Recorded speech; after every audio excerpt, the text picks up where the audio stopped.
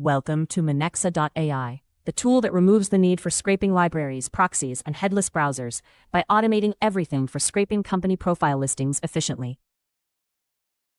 Go to the page. Everything from here is automatic. Open the extension. Minexa works directly on dynamic, fully loaded pages in your browser. Click So. Minexa analyzes the page and identifies repeating blocks of content that represent individual results. Every page will be scraped. Minexa detected the navigation pattern and applies it automatically on every run. Select whether you only need the fields shown on the list or the full data available on each item's own page.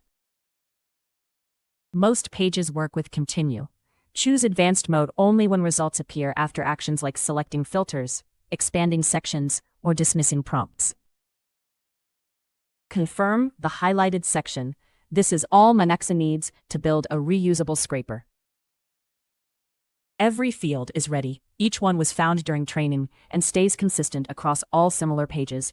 For company profile listings, this includes company names and headquarters locations. Click API Request to get a Python request you can reuse across different projects without changing the extraction logic. One more step. Click Complete Configuration before the final setup is complete. Multi-page coverage is confirmed. The scraper follows every page of results on each run automatically.